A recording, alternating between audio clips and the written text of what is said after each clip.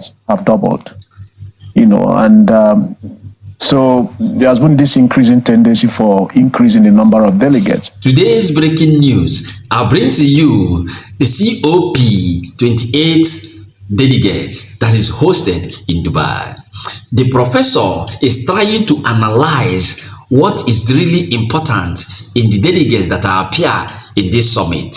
That it is not the number of the delegates that appear that matters. That most of the countries that Nigerians are going there to compete with are according to the number of delegates that is present in that summit. That most countries are the ones going to sponsor this project. Now, we as a country, we have been living on borrowing and borrowing every day. That you see the high number of delegates that are present in this summit. Now, come to think of it. But before I open the full package, I would love you to be patient enough with me. Touch the like button. Drop your comment below, whatever you think about this summit. But don't forget to share it. Now, let's go there. Because it's related to what we would like to discuss tonight on the program, in part. President Tinubu's trip to Dubai for the COP28 conference is seeing him participating in the global event, and the president alongside a delegation of over 1,000 Nigerians attended the global summit to address critical issues surrounding climate change and sustainable development. On the sidelines of the conference, the president had engaged in crucial meetings, sealing of deals. Prominent amongst those is a cement power deal, hope to help improve the electricity situation in the country within the next few months. Some of the other deals that could potentially reshape Nigeria's approach to environmentally sustainable situation or climate has also been struck about. Among the significant agreement was a groundbreaking partnership with international organizations aimed at accelerating green energy initiatives and fostering environmental resilience back home. Take a listen to President Tinubu's address at the conference yesterday.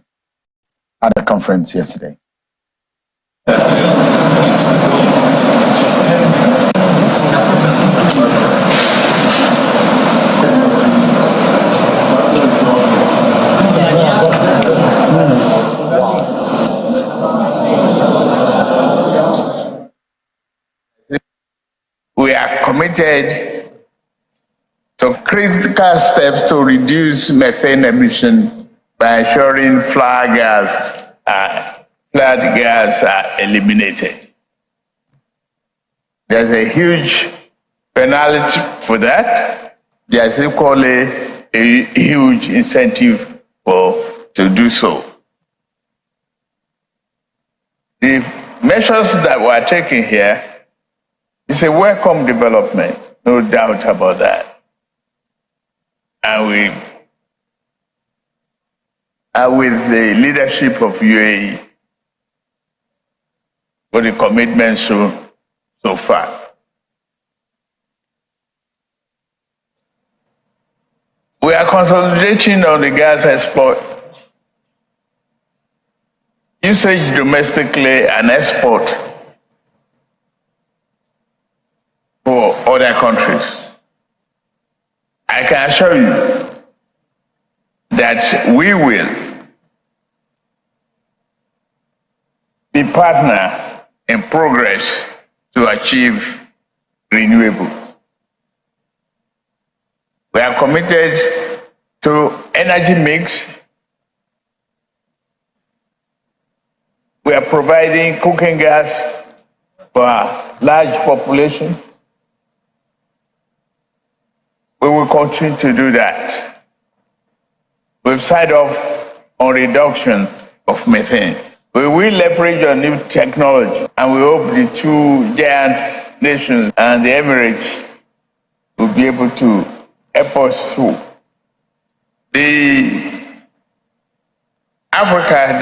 What I know of Africa is the fact that the risk in additional investment and technological know-how, it is very necessary.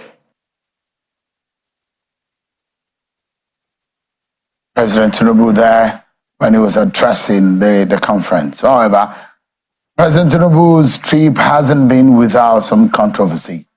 The sizable Nigerian delegation has sparked debates back home, with concerns raised over the cost of governance amidst economic challenges. Critics argue that such a large delegation may strain the nation's resources, especially at a time when many Nigerians are grappling with economic hardships. But the presidency has since reacted to the outrage on social media and some debates that have gone on.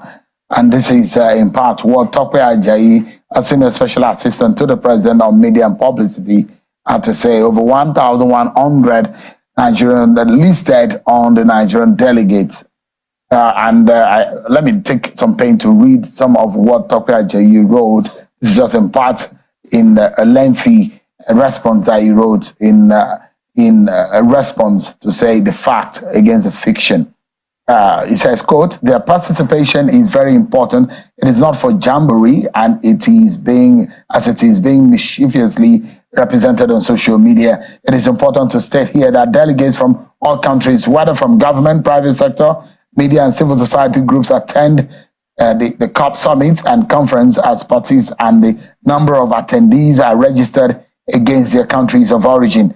This does not mean that they are sponsored or funded by the government. It must be said also that the fact that people registered to attend the conference does not mean everyone that registered is physically present. As the biggest country in Africa, biggest economy, and one with a biggest take on climate action, as a country with huge extractive economy, it is a no-brainer that delegates from Nigeria will be more than any other country in Africa. Among the delegates from Nigeria are UBA Chairman Tony Olumelu, Abdul Samad Rabiu, Chairman of Boa Group, and other billionaires whose businesses are promoting sustainability and climate actions through their philanthropies. These businessmen and women and their staff who came with them to promote their own business interests are part of the 1,411 delegates from Nigeria. Their trip to Dubai is not funded by the federal government."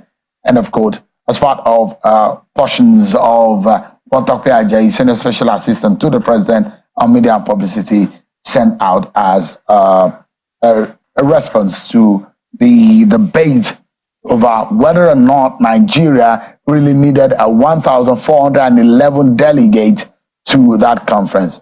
But let's take a look at all the people that are there. Do we have a situation that is really out of hand? Is Nigeria Nigeria overdone in the whole matter? Take a look at the entire delegates. It's over almost 100,000 delegates globally. But there are those who are participating virtually, who are 3,074. But Nigeria ranks amongst one of the highest countries to send delegates to that conference. And Nigeria comes shoulder to shoulder with China. UAE as the highest as a host, 4,409. Brazil, 3,081. China, 1,411. And Nigeria, 1,411.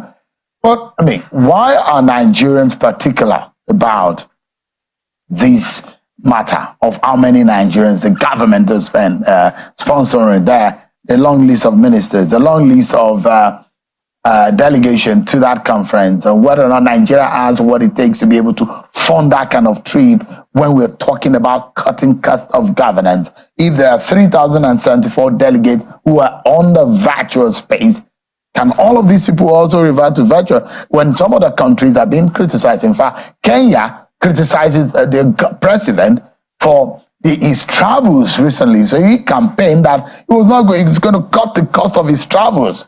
But it does look like this debate over the number of Nigerian delegates, though some of them are from the private sector and private individuals who have gone there, but the number of the government-sponsored delegates are also huge.